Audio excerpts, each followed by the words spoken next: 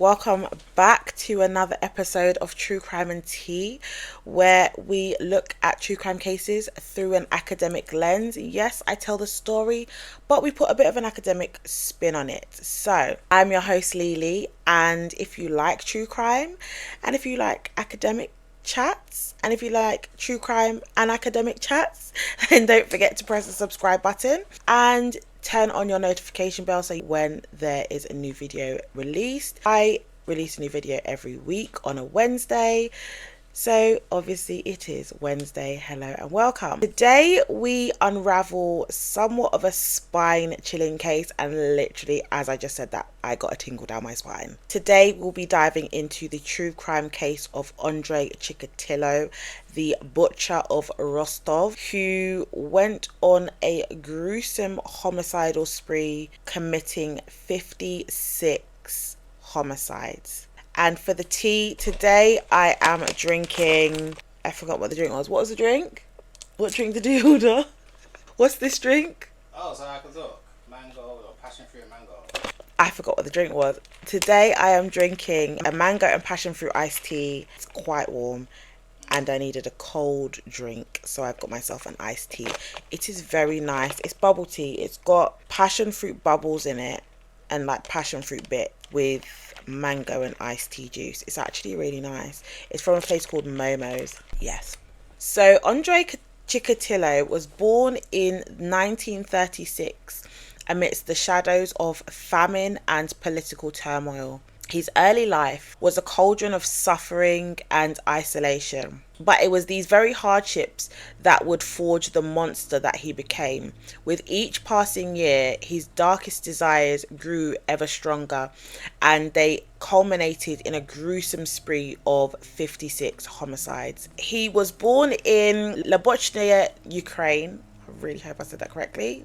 Butchered the language. His difficult childhood was marked by hardship, including the lingering effects of famine in the 1930s and the turmoil of World War II.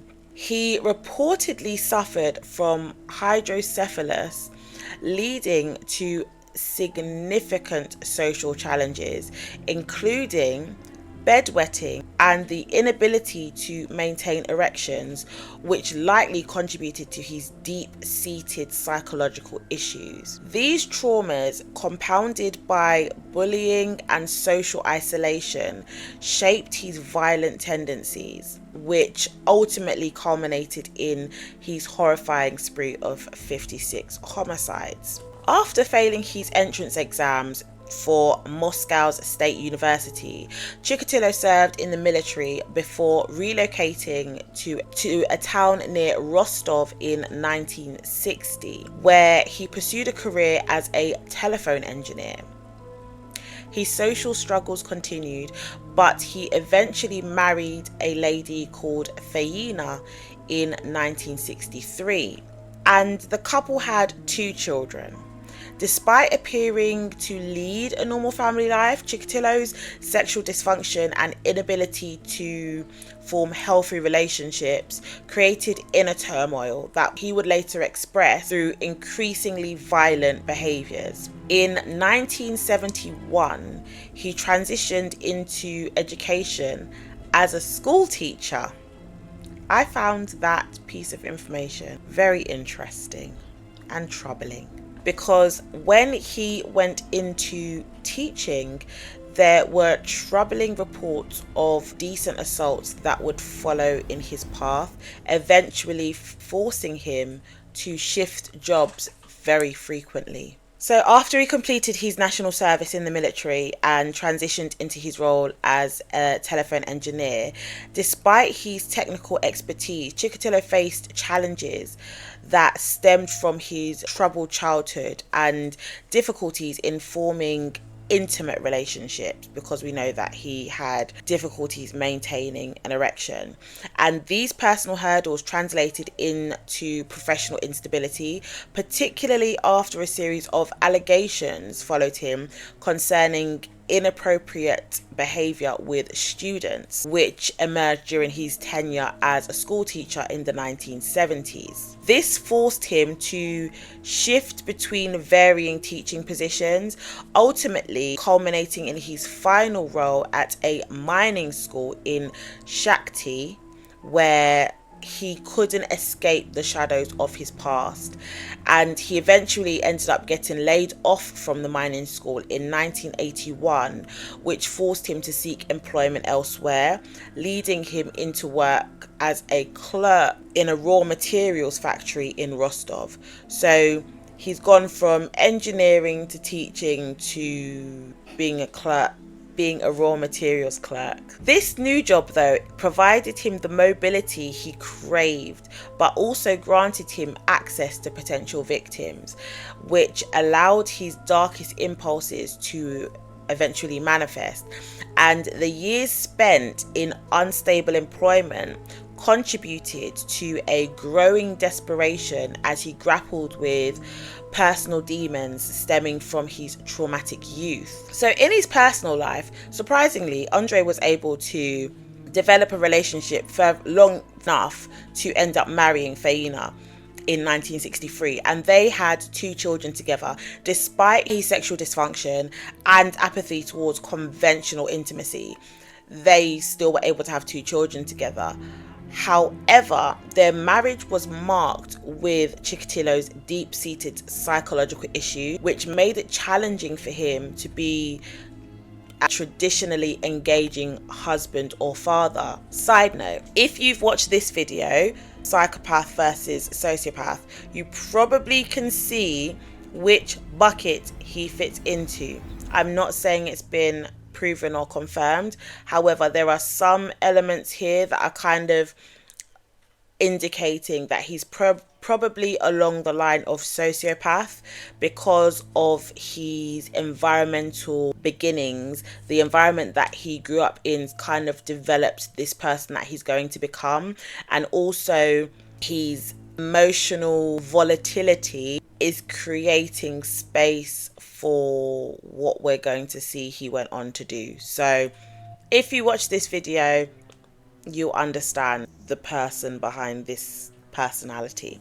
His wife Faina's efforts to maintain some sort of semblance towards normalcy in their family life often meant that it was often masked by the turmoil brewing underneath or beneath the surface as Andrei Chikatilo struggled with his identity and his desires. His role as a father was greatly overshadowed by his horrific crimes, and his children grew up in an environment that seemed ordinary to outsiders. However, the darkness of his actions that would come to follow left an everlasting impact, or it can be assumed that it left an everlasting impact on the children's lives. And in interviews after their father's arrest, Chikatilo's family expressed shock and confusion, having been unaware of the true nature of his character and the impulses that ultimately led to his downfall. So to the outside looking in, they would have looked like a normal family. However, but the family also felt shocked at the outcome of his actions, of the internal turmoil that he was having, presenting into the public, which is quite strange. It seems like he was able to maintain somewhat of a normal life whilst struggling with these internal desires, and then eventually the internal desires came out. The outcome of his actions can be assumed that they would have had a great impact on the family going forward. Chikatilo's rampage began in 1981, where he targeted young boys and girls, often luring them to secluded areas under false pretenses. And the methods that he used were extremely brutal. He used things like strangulation, stabbing, and meticulous mutilation. the Soviet authorities were initially reluctant to even acknowledge that there was someone committing these serial homicides, which led to quite a lengthy investigation, which was plagued with false confessions and flawed methodologies. There was no clear path that they looked down. There was loads of false confessions, and because they didn't want to acknowledge that one person was doing this, they were willing to look at a bunch of different people for these crimes. The brutality of his acts exuded a chilling combination of sexual gratification and control, making him a necrosadist, someone who derives pleasure from the suffering and death of others. Despite extensive investigation efforts, Chikatilo evaded capture for years, which kind of goes against him being a sociopath, because they don't tend to evade capture for very long. They just tend to be repeat offenders, whereas a psychopath can evade for very long. Obviously, we know from discussions, we know that serial killers don't always tend to fall into one of those two buckets, because there are many other personality disorders and there are many other rationales behind why they act the way they act. But it's just interesting to see if they do fall into any of the buckets. But the fact that he was able to evade capture for so long illustrated not only the complexity of his psyche, but also the systemic challenges that were faced by the authorities in dealing with the emergence of serial homicide cases in what was the Soviet Union at the time. There is a very long timeline where all of these homicides occurred and what happened in this case. I am going to only cover a few, otherwise we will be here for hours. And when I initially looked at this, I had the whole list there, and it drained me reading all of them, and I'm not going to repeat reading all of them because there are a lot of things that went on in a relatively long period of time. So as we look at the timeline, I will fill in some other gaps that I may not have mentioned. Now, one of the elements that may have greatly contributed to an emotional dysfunction in Chikatilo was the fact that in 1941, at the age of 5, his mother had told him that 7 years earlier, so 2 years before he was born, he had an older brother called Stephen, and Stephen had disappeared, and the family believed that he had been kidnapped and eaten by neighbors. Wild, but this is poverty-stricken Ukraine, so maybe not so weird. The story had a profound effect on Andrei, who later admitted that he often imagined what had been done to his brother. And then in 1945, his father Roman was conscripted into the army. He was then captured by German soldiers, and he did not return home until well after the war, when he was branded by the Stalinist regime as a traitor for allowing himself to be caught. Even though Andrei was only 10 when his father returned, he was already a devout communist and openly criticized his father for his betrayal, alleged betrayal. In 1954, when Andrei was 18 years old and rejected, or he failed his entrance exam for Moscow's university, he actually blamed the rejection on his father's humiliating war record. He could not accept that he had failed that exam. He put that down to the fact that everybody knew his father was a traitor, and that's why he didn't get into the into Moscow's university. Again, no accountability.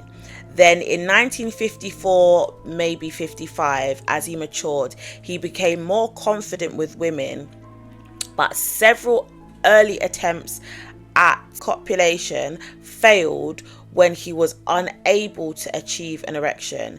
And because he became convinced that he was impotent, he became obsessed with pleasuring himself, which, yeah. In 1957, or 1956 or 1960. The date is not really confirmed.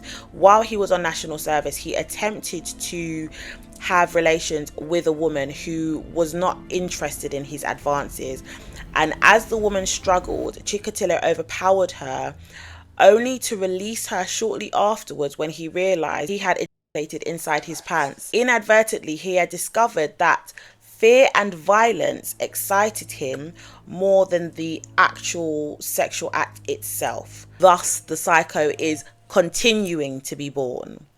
He then moved to Russia in 1960 in search of work, and he quickly found a job as a telephone engineer in a small town called Rodinovo Nesvetayevsky, which is just north of Rostov. When he had saved enough money, he sent for his parents and his sister and moved them into his new home. So even though he despised his father, he still moved his father into his home, which is interesting. It was actually his sister that had introduced him to his wife, Faina. She introduced them in 1962. They married in 1963. And then in 1963, Faina quickly learned that her husband was unable to consummate their marriage. He was unable to consummate the marriage because he had no real interest in having sex. And she saw this more as intense shyness, and she finally managed to coax him into having intercourse with her, so they did eventually have 2 children. In 1971, even though he failed to get into the University of Moscow, he did actually gain degrees in Russian literature after getting into the Rostov Liberal Arts University. He gained degrees in Russian literature, engineering, and in Marxism-Leninism, which that's quite an interesting fact. With his newfound skills, Chikatilo became a teacher in a vocational school. So whilst he had his role as a teacher in 1971, he admitted that he found the company of young children sexually arousing. So he was a paedophile, basically. In the following years, he began simple voyeurism outside the school toilets, and that then degenerated into indecent on both male and female students. Now, the parents at that school complained. Chikatilo was forced to resign in 1972. But then at another school, he was put in charge of the boys' dormitory. However, he was openly ignored and insulted and teased by the charges that were in those schools. So people knew that he was doing these things, and they still put him in charge of the boys' dormitory. And then in 1972, that same year, he was caught trying to fellate a sleeping boy, and he was attacked and beaten by several of the senior students. From that moment, he carried a knife with him. In 1978, he moved his family to Shakhty. December the 22nd, 1978, he then committed the homicide of a 9-year-old Lena Zakotnova. She was his first victim, and her body was found days later in the Grushova River. December 1978, the police actually questioned Chikatilo, but released him shortly after his wife confirmed that he had been at home the entire evening.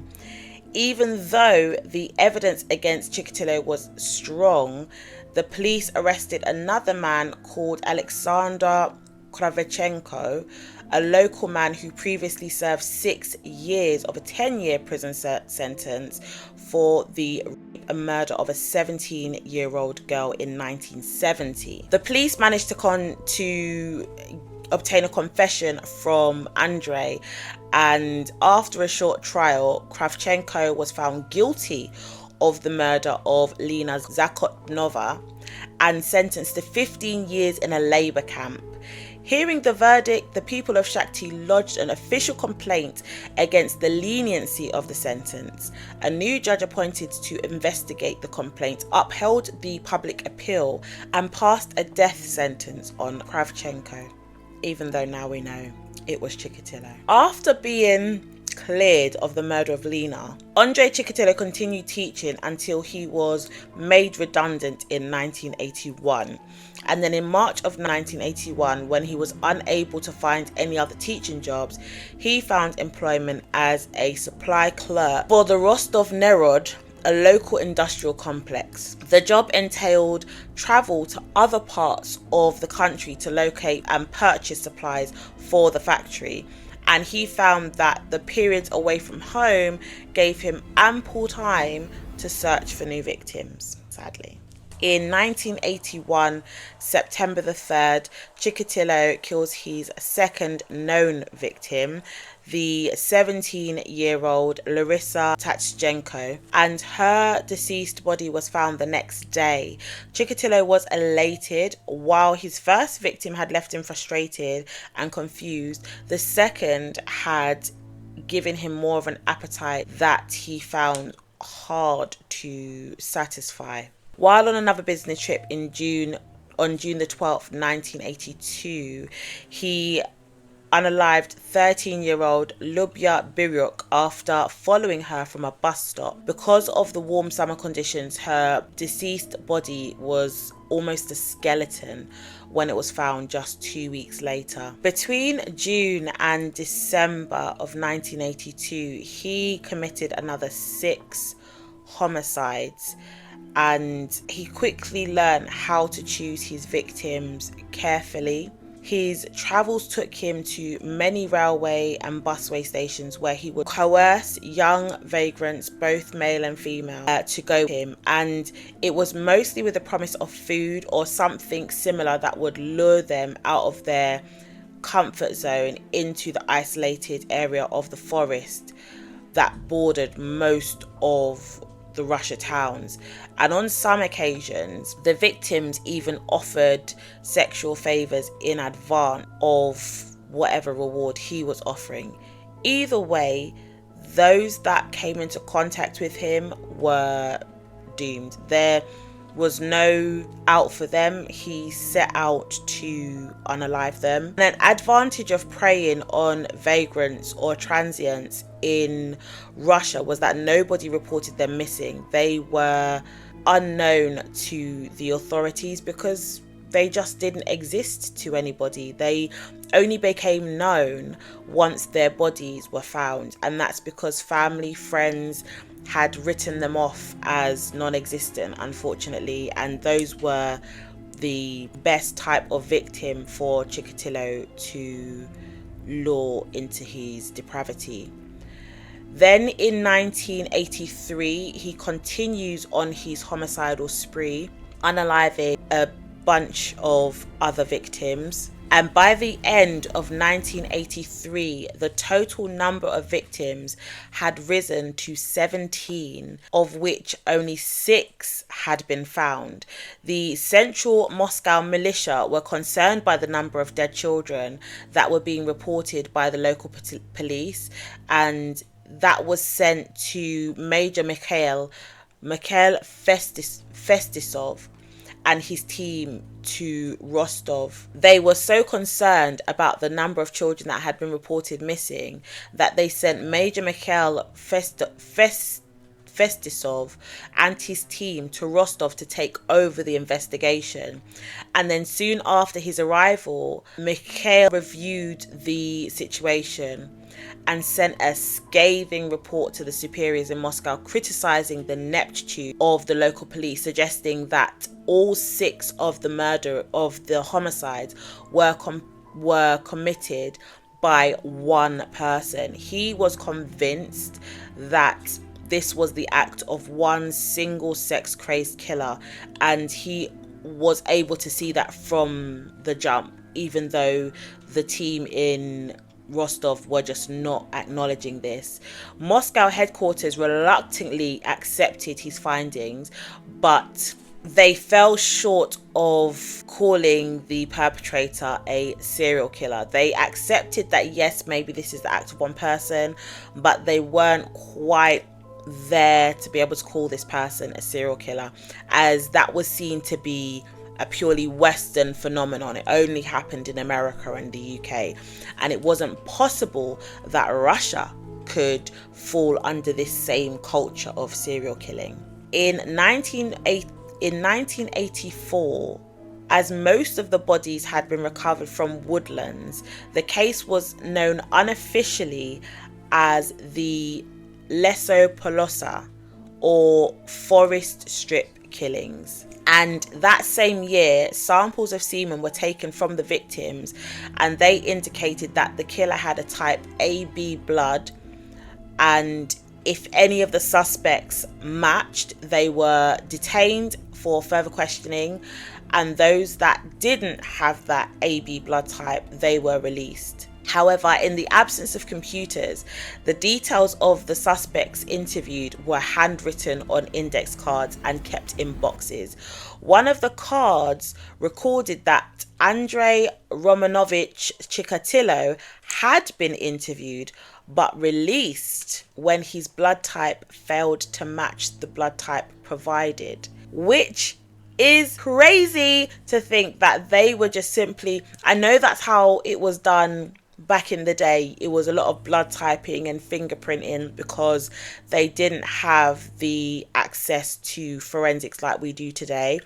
But it's crazy to think that at only 17 victims, he was interviewed but released because apparently his blood type didn't match the one that they had said the killer had. I think that's crazy.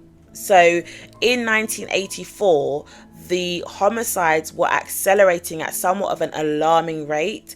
And from January to September, there were 50 new homicides that had been committed. 11 of them were just done in the summer period. So either side of that, there was only 4, 2 and 2 maybe, but in the summertime there was 11 homicides committed by this man, and he continued to go on this murderous rampage throughout the whole of 1984. And a homicide committed on March the 24th, 1984, when Chikatilo unalived a 10-year-old boy named Dima Tasjenikov. For the first time, police found evidence about the murderer, which was a footprint. And then that same year, May 1984, Chikatilo unalives a former mistress. I mean, this man didn't even like coitus, so how he was able to keep a mistress is beyond me. But he unalives the mistress named Tanya Petrosyan. She was 32 years old, and he also unalived her 11-year-old daughter Sveta. I wonder if that was his daughter too. And finally, September 1984, Chikatilo was arrested, and as his history unfolded, the police learned of his penchant for children, particularly girls. They uncovered the classroom incidents, his acts of voyeurism, and the sexual assaults on the boys in the dormitory that he was supposed to be watching over.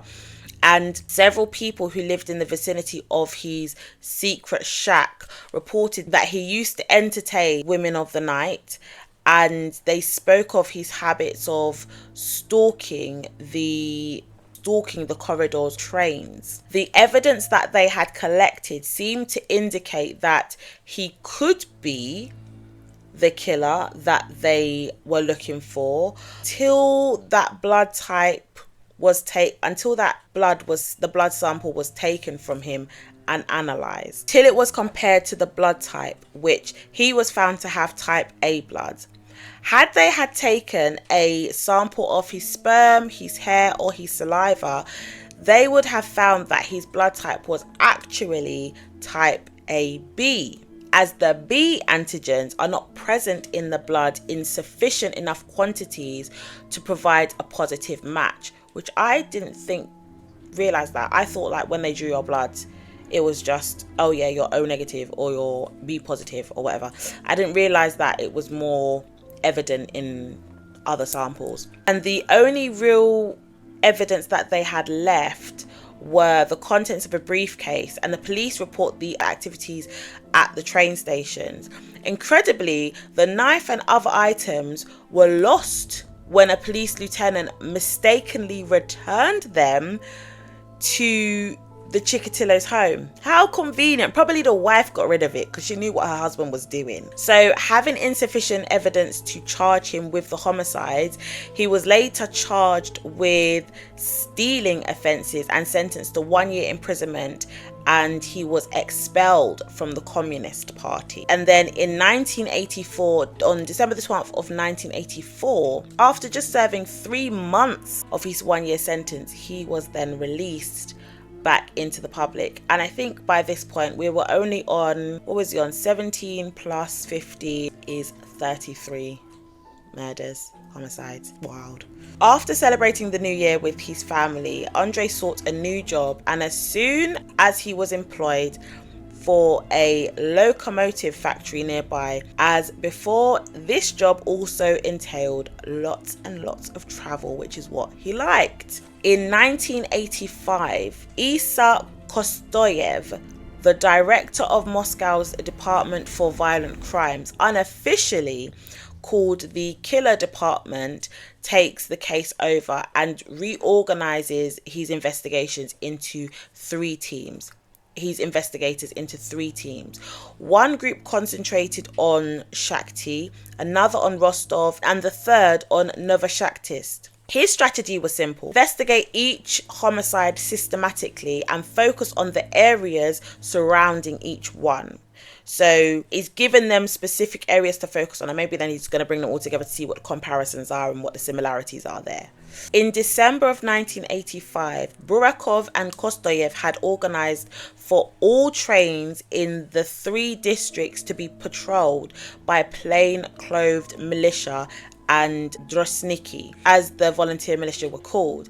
Their instructions were to stop and check the documents of anyone who looked suspicious. In addition, army helicopters were used to patrol the railway lines and the adjoining forests from the air, and this increased scrutiny may have been the reason why Chikatilo then decided he wasn't going to commit any more homicides for nearly 2 years.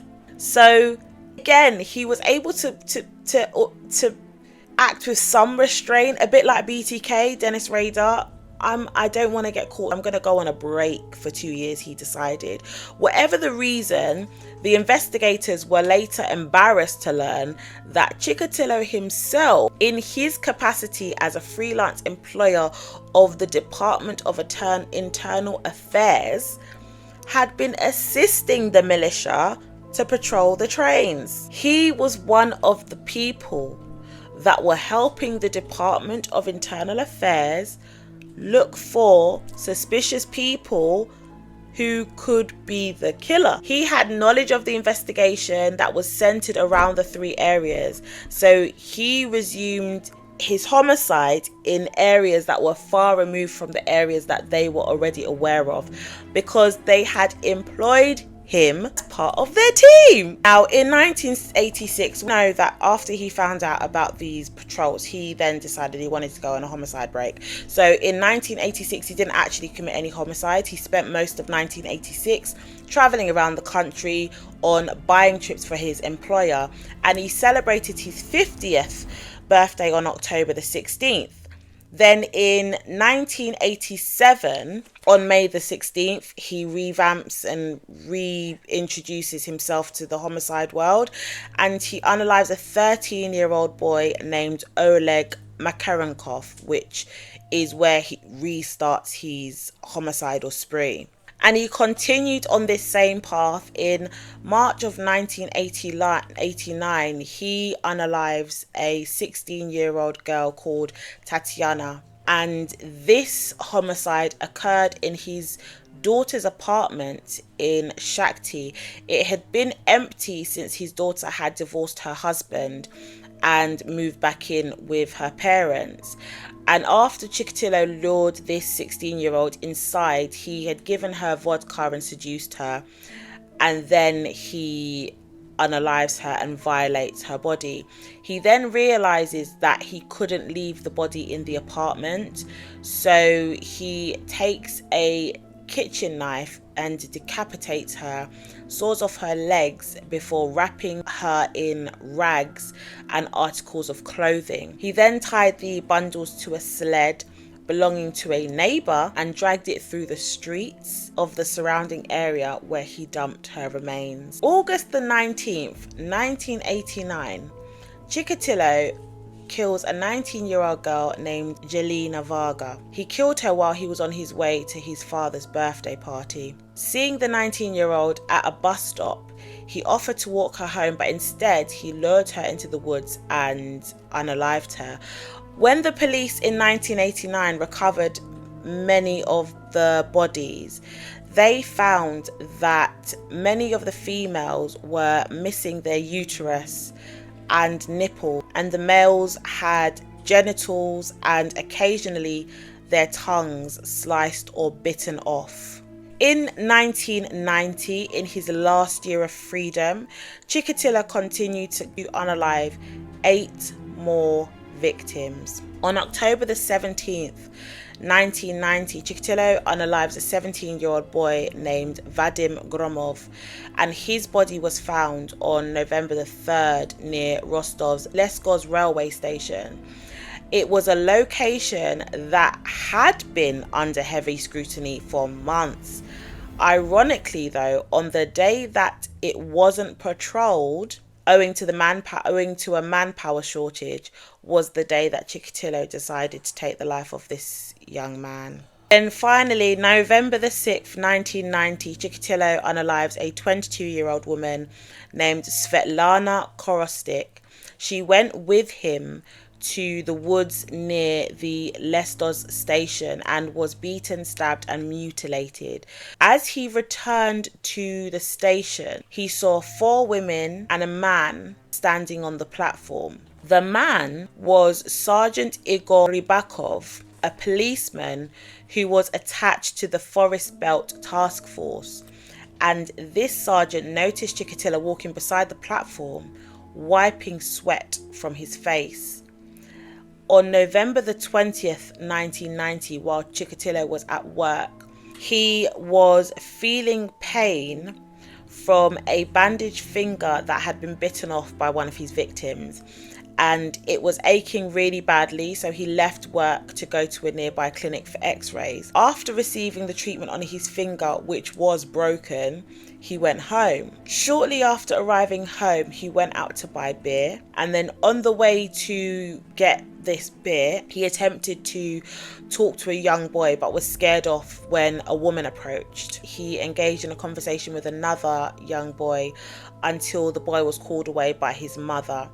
And then he continued. 3 men in leather jackets approached him and identified themselves as police officers. One of the men handcuffed him and told him that he was under arrest. Finally, he was transported to the police office of Mikhail Festisov, the same person who had organized this 3 team of investigators, and he was taken to office at the headquarters of the Department of Internal Affairs, the same internal affairs that he himself was volunteering for, working for, searching for the killer while he went on his 2-year break. Chikatilo, who had made no attempt to resist arrest, did not speak for the entire trip. On the day of his arrest on November the 20th, 1990, he had a briefcase with him containing a knife, a length of rope and a jar of Vaseline. After a search of his apartment, the police found 23 knives, a hammer, a pair of shoes that were later found to match the footprint next to one of the victims. Andrei Chikatilo's first day in trial was April the 14th, 1992. And then October the 15th, 1992, Chikatilo was found guilty of 52 counts of homicide, 1 charge having been dropped owing to insufficient evidence. On the 14th of February 1994, Chikatilo was executed by a single shot to the back of the neck. That is one of the death sentences that they carry out. Death by firing squad, I think it's called. And that is the end of Chikatilo's life. That was a lot to get through. When Chikatilo was arrested on 20th of November 1990, he refused to confess at first, and then detectives allowed the psychiatrist Bukhanovsky, who had prepared the original profile to talk to Chikatilo, and that was under the guise of trying to understand the mind of a killer from a scientific context.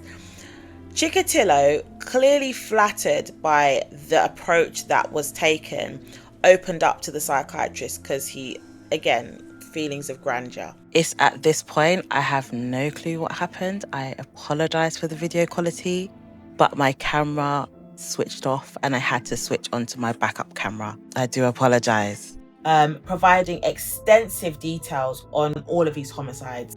And he was even more flattered that he led the police to the sites of the bodies previously undiscovered. He claimed to have taken the lives of 56 victims, although only 53 of these would independently be verified. However, 53, 56, this is still way more than what the police initially thought. They had capped the number at 36. So they didn't even, the extra 20, they were none the wiser. They had no clue about these extra homicides. They thought he had done 36. So when the trial began, there was an intense media scrutiny and public outrage over the horrific nature of these crimes. And during the trial, Chikatilo was held in an iron cage in the courtroom. And this was a measure of protection from the aggrieved, from the families of the victims. This wasn't them being protected from him. This was him being protected from them. In the court, he displayed erratic behavior and he alternated between moments of boredom and then manic outbursts, which included bizarre antics that would go on to shock the audience and onlookers.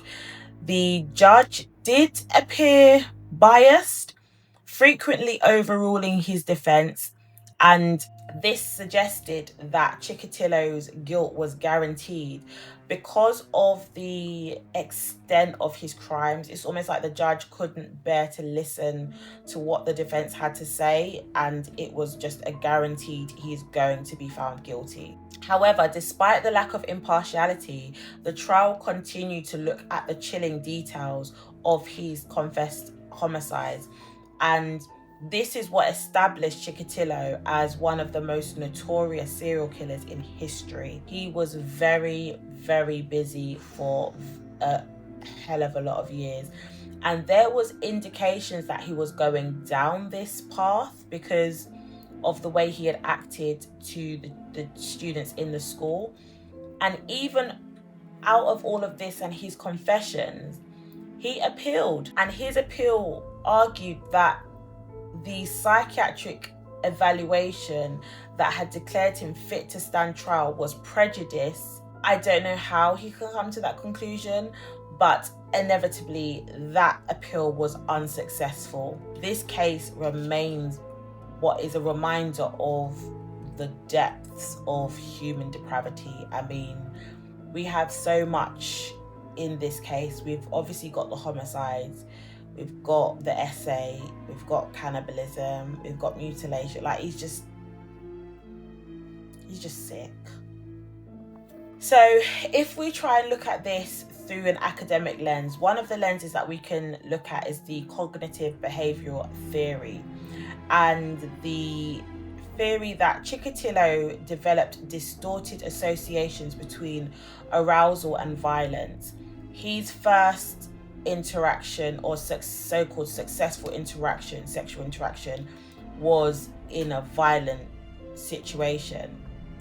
And that psychological assessment he's talking about, the Soviet psychological report, identified that he possibly had schizoid personality disorder and possible brain damage at birth. Alleged, not confirmed. Notably, MRI scans of similar offenders do show structural brain deficits affecting the empathy and inhibition. And this is something we've discussed with the giggling granny when we talk about the neurological effects that can happen with head injuries at certain elements of your childhood going into your adolescent years. So alleged possibly that could have been an effect for him, but it's not been confirmed. Cognitive behavioral theory, or CBT, and distorted associations. CBT posits that our thoughts, feelings and behaviors are interconnected, and changing negative thought patterns can lead to changes in behavior and the emotional state. In the case of Andrei Chikatilo, CBT can kind of help explain how he developed this distorted association between arousal and violence. His early experience and cognitive distortions likely played a great role in shaping his behavior. From a very young age, he experienced severe trauma and deprivation, especially his mum telling him about his past, or allegedly telling him about his older brother who had passed before he was born, that, you know, he had been eaten by the neighbours. That's really weird. And growing up during a time of famine and political repression in Soviet Ukraine could possibly explain some of these developmental defects.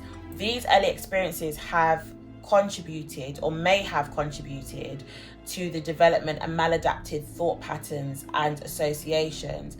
For example, Chikatilo's inability to achieve sexual arousal through normal means may have led him to associate violence with sexual gratification. We know that he didn't have the desire to want to be physical and intimate with his wife, and she had to kind of coax him into it. But we also know that his first successful interaction with a woman was when he had held her at knife point and was able to get that feeling of sexual gratification. So these distorted associations could have been reinforced over time, which then led to his increasing violence and sadistic behavior. The Soviet psychological report identified Chikatilo as having schizopersonality disorder, which is a condition characterized by the lack of interest in social relationships, emotional coldness, and detachment. And individuals with this disorder often have difficulty forming emotional connections with others and may appear indifferent to criticism or praise. So this detachment and lack of empathy could have contributed to Chikatilo's ability to commit extremely heinous acts without remorse. Additionally, there is evidence that suggests that Chikatilo may have suffered from brain damage at birth, and brain damage, particularly in areas responsible for emotional regulation and impulse control, have profound effects on behaviors, and that is in particular the damage to the frontal cortex. And this is when I realized that my camera was no longer working, so there is some video changes yet again, and the sound quality is a little bit better, but again, I apologize. So damage to the prefrontal cortex, for example, can impair the individual's ability to make rational decisions, control their impulses, and understand consequences of their actions. So I feel like he did understand his actions as to why he wouldn't admit to doing it until he thought he was going to be praised for it or whatever. So I don't know about that. But MRI scans of offenders and similar offenders have shown structural brain deficits in the areas that affect empathy and inhibition. And these can often be found in areas such as the prefrontal cortex, the amygdala, and the limbic systems, which are all involved in emotional regulation, impulse control, and processing of social and moral information.